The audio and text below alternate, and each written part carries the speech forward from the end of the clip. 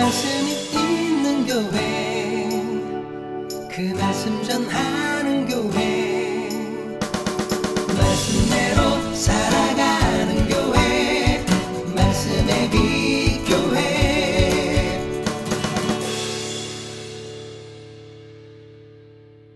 오늘은 보이는 것이 전부가 아니다 라는 제목으로 함께 말씀을 나누고자 합니다.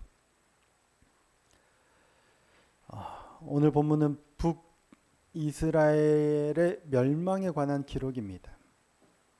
사울 왕이 이스라엘의 첫 번째 왕이었죠. 사울 왕, 이어서 다윗, 그리고 그들을 이어서 솔로몬이 왕이 되고, 솔로몬의 뒤를 이어서 솔로몬의 아들 르호보암이 왕이 되었을 때 나라가 둘로 나뉘죠.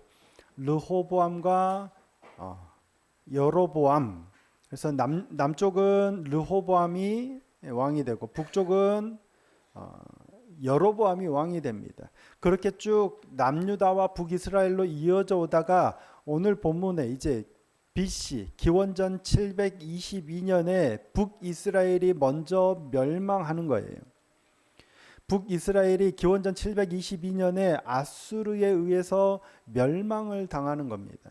그게 오늘 본문의 내용입니다.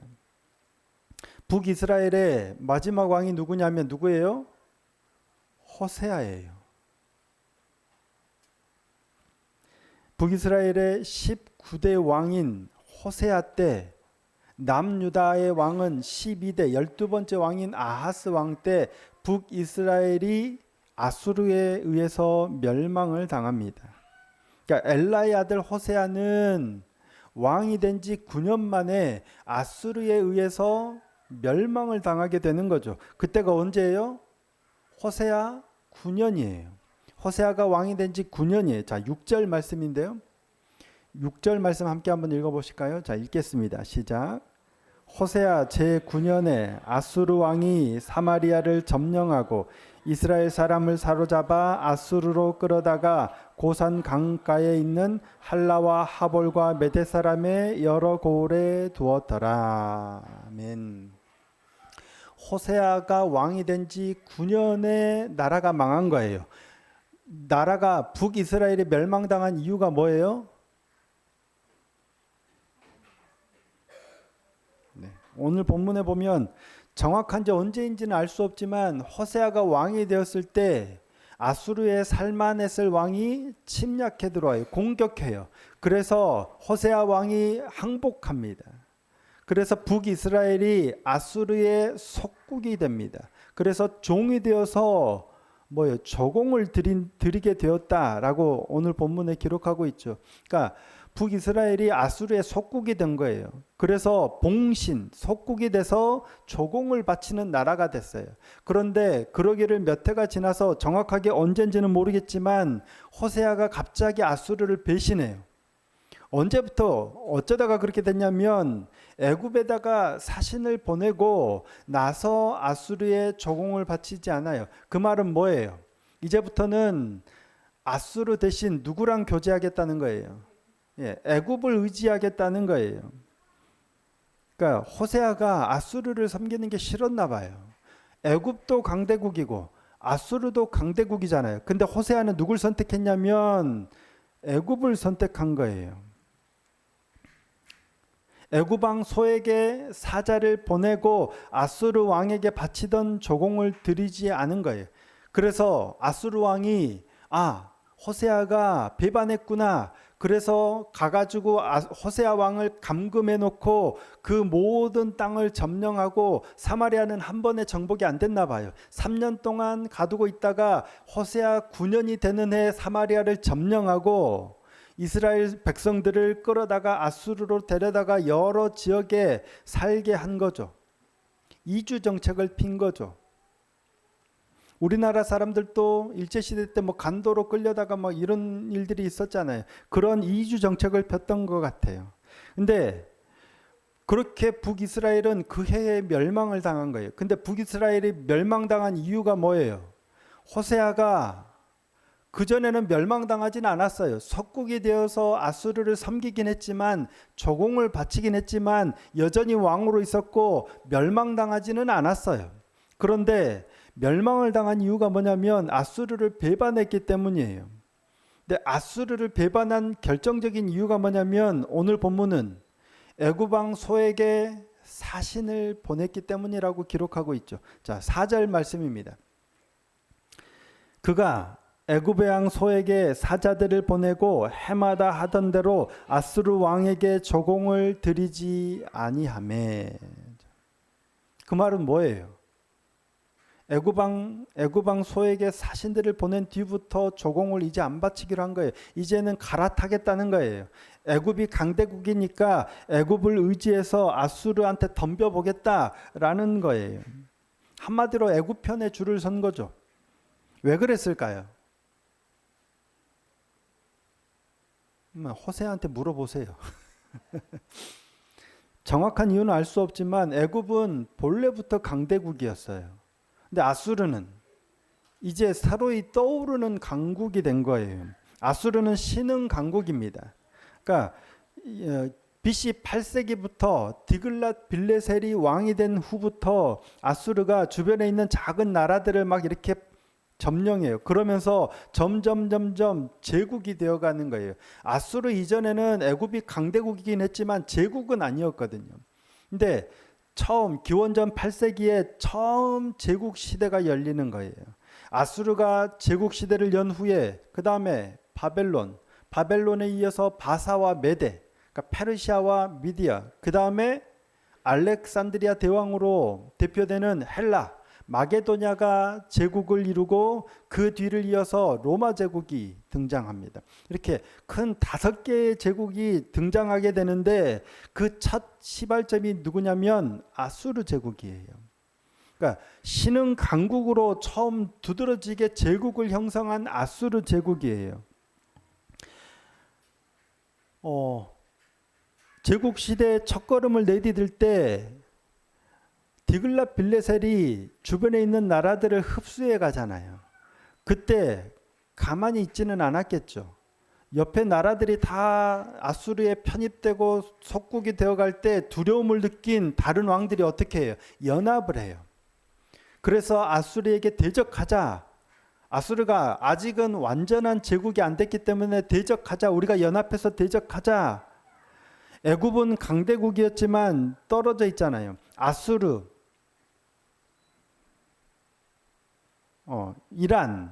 이란 근처의 나라들이 연합해서 아수르에 맞서려고 해요. 대표적인 연합군이 어디였냐면 수요일날 함께 나눴었죠.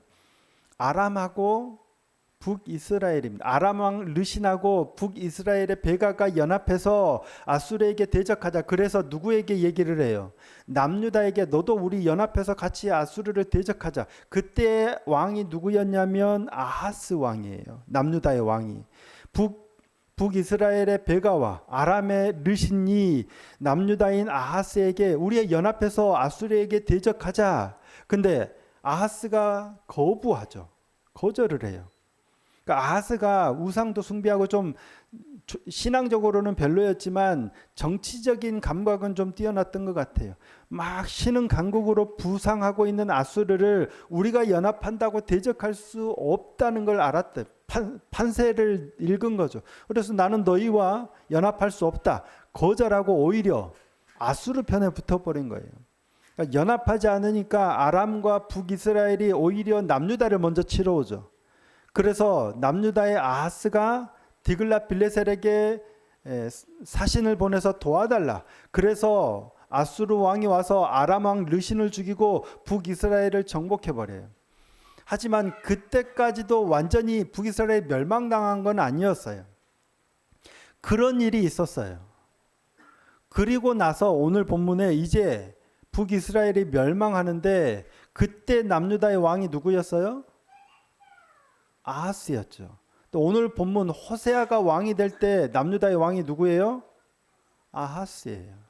아하스 왕 제11절에 보면 아하스 왕 제12년에 호세아 엘라의 아들 호세아가 왕이 되어서 사마리아에서 9년간 다스렸어요. 그러니까 아하스 왕 때 북이스라엘과 아람과의 전쟁이 있었잖아요. 아수르한테 당했어요. 그런데 호세아가 왕이 되었어요. 이제는 속국이 된 거예요. 아수르에 대적하려다가 결국에는 패했는데 이제는 아예 속국이 됐어요. 그런 아수르가 좋겠어요, 싫겠어요? 싫었던 것 같아요. 그래서 아마 애굽에다가 줄을 댄 거예요.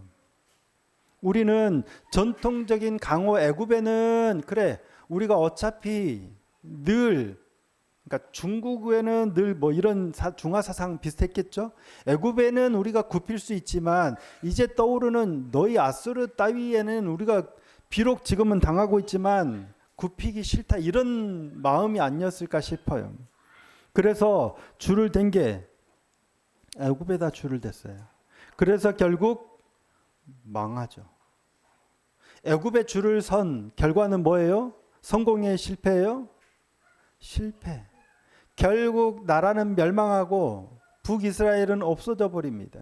나중에 이제 회복이 됐을 때 남유다와 북이스라엘이 아니라 그냥 이스라엘로 회복이 돼서 돌아오는 거죠. 그러니까 호세아는 애굽과 아수르 사이에 줄을 잘못 선 거예요. 전통의 강호 애굽이냐 신흥 강국 아수르냐 그 가운데 애굽을 택했다가 결국 멸망한 거예요. 북이스라엘이 멸망하게 된 이유가 뭐예요? 줄을 잘못 선 거예요. 누가 더 센가 누구 편에 설까 결국 아수르 편이 아닌 애굽 편에 섰다가 멸망당한 거예요. 근데 이거는 잘 아시다시피 표면적인 이유일 뿐이겠죠. 표면적으로는 아수르냐 애굽이냐 줄을 잘못 서서 망했는데 실질적인 이유는 뭐예요? 진짜 이유. 북이스라엘이 멸망당한 진짜 이유를 오늘 본문이 뭐라고 얘기해요? 이는 북이스라엘이 이렇게 망했는데 이는 뭐라고 얘기해요? 자, 오늘 본문 7절 8절입니다. 7절 8절 함께 한번 읽어보겠습니다. 자, 시작. 이 일은 이스라엘 자손이 자기를 애굽 땅에서 인도하여 내사 애굽의 왕 바로의 손에서 벗어나게 하신 그 하나님 여호와께 죄를 범하고 또 다른 신들을 경외하며 여호와께서 이스라엘 자손 앞에서 쫓아내신 이방 사람의 규례와 이스라엘 여러 왕이 세운 율례를 행하였음이니라. 6절까지 북이스라엘이 망하고 사로잡혀간 이야기. 그런데 7절 이 일은 왜 일어났다고요? 그들이 애굽에서 건져낸 하나님을 잊어버리고 하나님을 경외하지 않고 오히려 하나님이 금하신 그 명령하신 말씀을 어기고 이방 사람들의 법도를 따라갔다. 우상을 섬겼기 때문이다 라는 거예요. 이게 이스라엘이 진짜 망한 이유라는 거예요. 수요일날 함께 나눴지만 이사야서의 주제가 뭐라고 그랬어요? 누구를 의지할 것인가의 문제라는 거예요. 이사야 선지자도 계속해서 무려 66장에 걸쳐서 예언을 하는데 1 이사야, 2 이사야, 3 이사야가 있지만 멸망을 경고하고 회복을 예언하고 회복을 예언하고 돌아와서 하나님 결국 이사야서는 누구를 의지하는가에 관한 말씀이라고 했잖아요. 이사야서만 그러는 게 아니죠. 우리가 누구를 의지하냐 이게 문제예요. 눈에 보이는 어떤 힘과 권력을 의지할 것이냐 아니면 하나님을 의지하느냐의 문제예요. 우리의 신앙의 걸음은 늘 그런 것 같아요.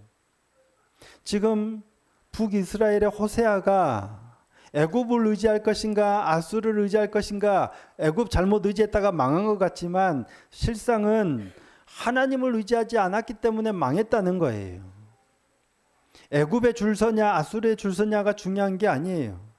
하나님을 의지하느냐 그렇지 않느냐 하는 거예요. 이게 우리 신앙의 핵심이에요. 누구를 의지하는가? 누구를 의지해야 돼요? 노아마 누구를 의지해야 돼? 하나님을 의지해야지. 딴짓하고 있으니까 못 알아먹지. 교회를 좀 다녔고 하나님을 믿는다고 하는 우리에게는 답은 너무 쉬워요. 세상 힘과 권력, 명예, 돈 이런 걸 의지할 것이냐 아니면 하나님을 의지할 것이냐 뭘 의지해야 되느냐 당연히 하나님이에요. 눈에 보이는 어떤 게 아니라 하나님을 의지해야 된다. 답은 너무 쉬워요. 근데 문제는 뭐예요? 답은 아는데 실제 그러기가 너무 어렵다는 거예요.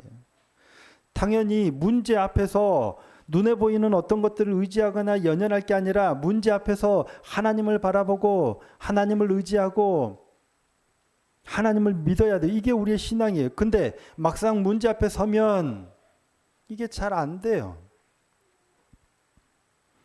눈에 보이지 않는 하나님보다 당장 눈앞에 있는 어떤 사람, 장로님이 도와주실 것 같은데, 저 교회가 도와줄 수 있을 것 같은데, 저 교회 크고 저분이 돈도 있고 힘도 있고 도와줄 수 있을 것 같은데, 우리의 마음이 답은 아는데 우리의 마음이 쉽게 눈에 보이는 그쪽으로 기울어 버린다는 거예요. 그러다 보니까 이게 우리의 습성이 돼버렸어요. 어쩌다 그렇게 됐을까요? 답을 아는 처음에는 안 그랬겠죠. 처음부터 그러진 않았을 거예요. 이스라엘 백성도 마찬가지예요. 처음부터 그러진 않았을 거예요. 하나님의 애굽에서 건져내셨을 때 하나님의 놀라운 일들을 목도했잖아요. 경험했잖아요. 그런데 어느 순간부터 점점 그렇게 돼버려요. 그러다가 아예 습성이 돼버리는 거예요. 자, 오늘 본문 9절 말씀 함께 보겠습니다. 9절입니다. 읽겠습니다. 시작. 이스라엘의 자손이 점차로 불의를 행하여 그 하나님 여호와를 배역하여 모든 성읍에 망대로부터 견고한 성에 이르도록 산당을 세우고. 점차로라고 돼 있죠. 이스라엘 자손이 점차로 불의를 행하게 됐대요. 이때 점차로 점점점점 이겠죠. 이렇게 번역된 와예하파우라는 접속사와 히브리어인데요. 그러니까 이 하파라는 히브리어가 가지고 있는 뜻이 뭐냐면 덮다, 가리다, 방해하다라는 의미의 강의형이에요. 모르셔도 되는데 덮다, 가리다, 방해하다예요. 그러니까 하나님 앞에 덮어버리는 거예요. 가리는 거예요. 악한 행동을 숨어서 하는 걸 가리켜요. 처음부터 그러진 않았잖아요. 그런데 어느 순간부터 하나님 앞에 숨어서 악한 행동을 하게 되는 거예요. 처음에는 하나님을 만나고 하나님의 말씀을 따라 잘 지키고 힘들어도 순종하고 하나님 누가 그래요? 에덴 동산에서 아담과 하와가 하나님의 낯을 피하지 않잖아요. 하나님과 함께 거닐어요. 그런데 언제부터 하나님을 피해요? 죄를 지은 다음부터. 하나님이 먹지 말라고 한 그 나무의 열매를 따먹은 뒤부터 그들에게 나타난 속성이 뭐냐면 숨어요. 하나님께서 찾으실 때도 낯을 피하여 창세기 3장 8절입니다. 그들이 그날 바람이 불 때 동산에 거니시는 여호와 하나님의 소리를 듣고 아담과 그의 아내가 여호와 하나님의 낯을 피하여 동산 나무 사이에 숨은지라. 3장 10절. 이르되 하나님이 찾으실 때 이르되 내가 동산에서 하나님의 소리를 듣고 내가 벗었으므로 두려워하여 숨었나이다. 그전에는 안 그랬잖아요. 근데 하나님 죄를 짓고 나니까 하나님을 마주칠까 두려워서 숨어요. 그전에는 벌거벗었어도 부끄럽지 않았어요. 숨지도 않았어요. 그런데 범죄하고 난 후부터는 부끄러워요. 그러다 보니까 하나님의 낯을 피해서 숨어요. 죄의 속성이에요. 죄인의 속성이 이거에 숨어요. 가만두면 우리는 빛으로 나갈까요? 아니면 점점 숨어갈까요? 그렇죠. 우리는 숨어요. 우리 믿음이 안 자라고 가만히 있으면 믿음이 생겼다가 점점 빛 가운데로 나가는 게 아니라 현상 유지도 못해요. 가만히 있으면 점점 숨어 들어가요. 왜? 우리가 연약한 죄인이니까요. 그래서 가만히 있어도 안 되고요. 하나님의 부르심 앞으로 나가야 돼요. 하나님이 안 부르시면 우리는 낯을 피해서 숨어요. 하나님이 거니시는 소리만 들려도 숨어요. 그래서 하나님이 부르실 때 나가야 돼요. 하나님 부르실 때도 숨겠죠. 네가 왜 숨었느냐? 부끄러워서 두려워서 숨었나이다. 하지만 그 뒤에 하나님께서 회복을 시켜주세요. 그래서 옷을 지어 입히시고 우리가 하나님의 부르심 앞에 나아가는 시간이 언제예요? 그래서 말씀과 기도의 자리가 우리의 생명의 길인 줄 믿습니다. 가만히 있으면 우리는 눈에 보이는 걸 자꾸 따라가게 돼 있어요. 그래서 그것들을 의지할 수밖에 없는 존재예요. 그러다 보면 우리의 믿음이 좋은 것 같지만, 아무 잘못도 안 한 것 같지만 하나님을 피해서 숨어요. 그러지 않기 위해서, 그게 점차로잖아요. 점차. 숨어서 악한 짓을 해요. 그러지 않기 위해서 끊임없이 하나님이 부르시는 자리로 나가야 되는 거예요. 그 자리가 바로 말씀의 자리고 기도의 자리죠. 말씀을 읽을 때, 말씀을 묵상할 때 하나님께서 성령을 통해서 우리를 부르세요. 그럴 때 잘못한 게 없으면 하나님 저 여기 있어요 하겠지만, 잘못하면 숨어요. 그럼에도 불구하고 하나님이 찾아오셔서 부르셨을 때 우리의 죄를 지적하시고 회복시키세요. 우리가 끊임없이 말씀 앞으로 나아가서 그 말씀을 붙들고 기도해야 하는 이유가 바로 이겁니다. 하나님으로부터 숨지 않기 위해서입니다. 그리할 때 우리가 점점 눈에 보이는 게 어떤 게 아니라 하나님을 의지할 수 있게 되는 것 같아요. 우리의 믿음이 아무리 좋고 우리의 의지와 우리의 결단이 아무리 뛰어난 것 같아도 안 돼요.